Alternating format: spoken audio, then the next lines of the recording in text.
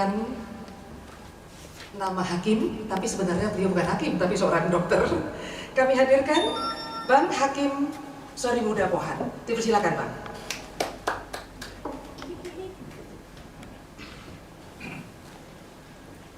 Bismillahirrahmanirrahim. Assalamualaikum warahmatullahi wabarakatuh.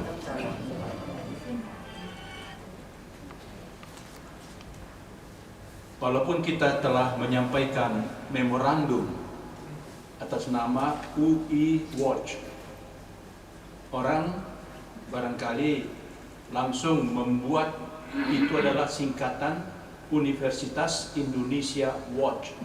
Bukan. UI singkatan untuk Indonesia.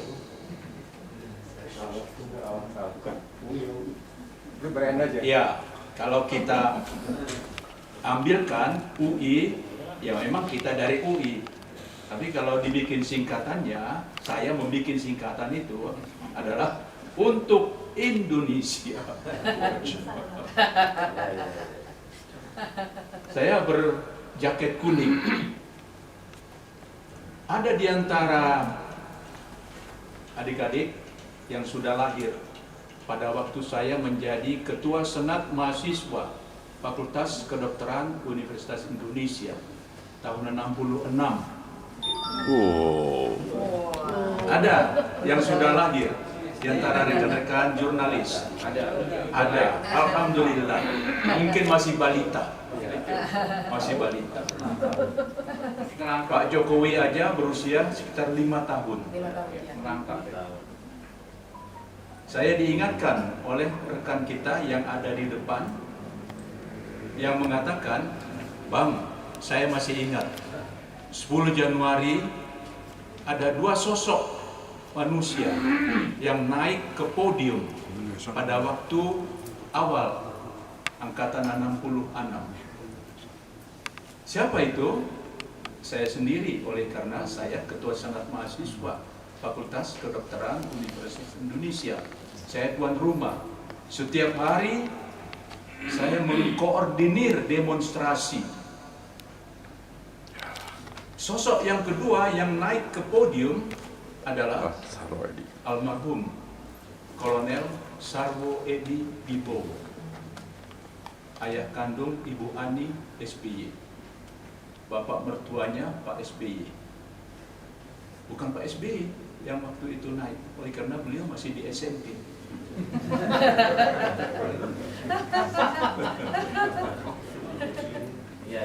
Apa yang sebetulnya kita perjuangkan? Kita menjadi moral force. Mengapa? Kita mempunyai kesadaran yang penuh bahwa arah negeri kita waktu itu, kalau dibiarkan, kalau tidak diingatkan, akan makin jauh melenceng. Itu sebabnya pada waktu kita mengadakan diskusi, pada saat sekarang ini juga arah negeri kita kalau tidak diingatkan makin melenceng. Hanya 3 ilustrasi ingin saya perlihatkan. Undang-Undang P3. Undang-Undang P3 itu saya gunakan pada waktu saya dulu menjadi anggota tukang bikin undang-undang. 2004 sampai 2009 saya berkantor di GS 5 atau GS 6. Di mana itu? Gatot Subroto 5, itu gedung DPR MPR. Saya sering singkat, kantornya di mana? GS 5. Gatot Subroto 5. Gedung yang ada bentuk daun semangginya. Iya, kura-kura barangkali orang tahu. Itu adalah gambaran daun semanggi. Bentuk ruang sidang utamanya.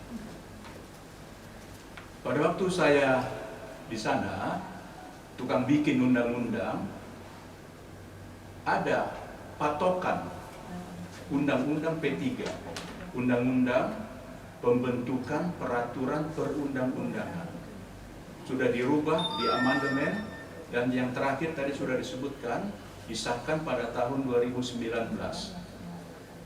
semua dasarnya sama, produktivitasnya yang berbeda.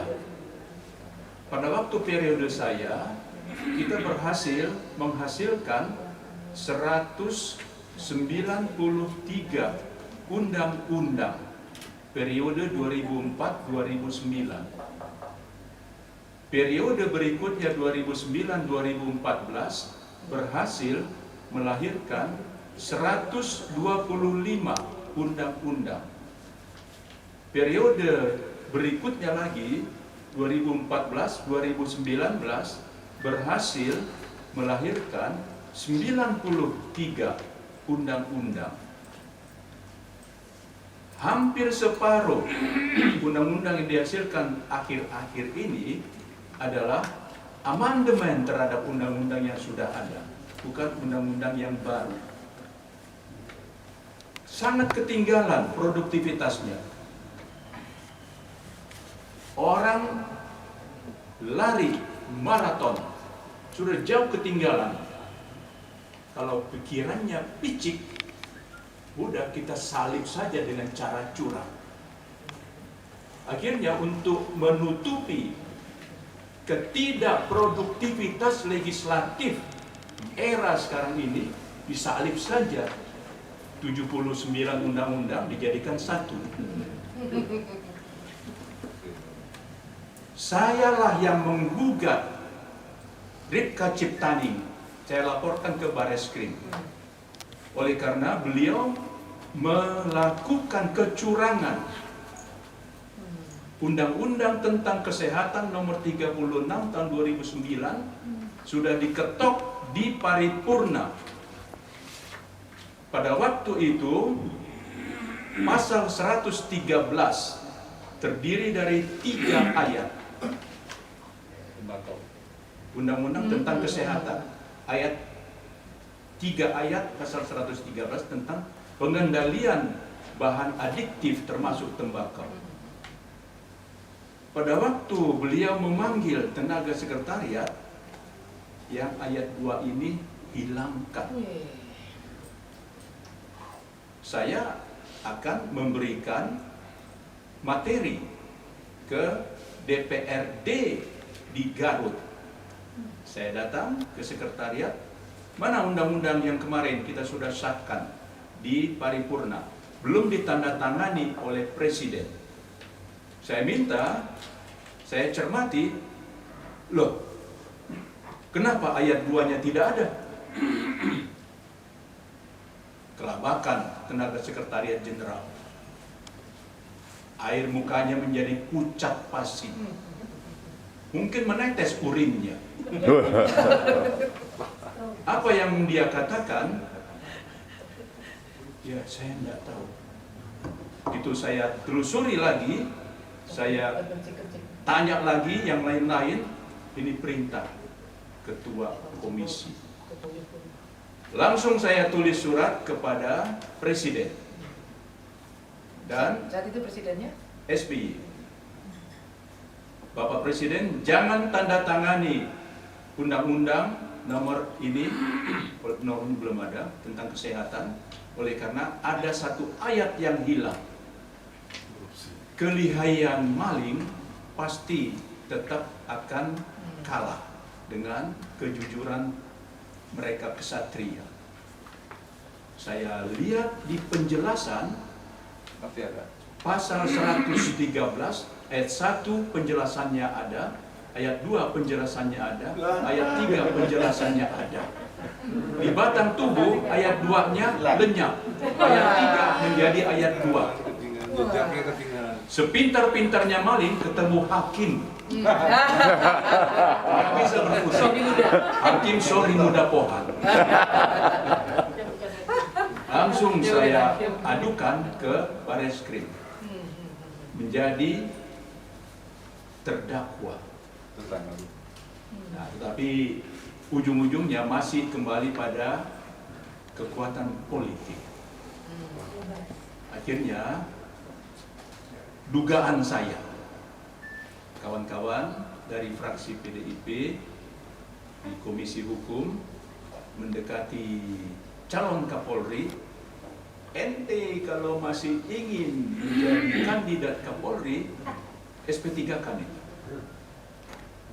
Sesudah 1 bulan lebih, pemeriksaan saksi-saksi sudah komplit, tiba-tiba di SP3-kan. Saya pra-peradilankan ke Jakarta Selatan. Tapi itu riwayat saya, bahwa saya cukup tidak terima kalau Undang-Undang P3 diteliku. Apakah Undang-Undang P3 diteliku yang sekarang ini? Jangankan satu ayat hilang, ratusan lembar bertambah. Pemerintahan model apa penipuan yang seperti itu? Luar binasa. Apa yang dikatakan oleh pujangga kita yang masih ada, Taufik Ismail, guru kencing berdiri, murid mengencingi guru.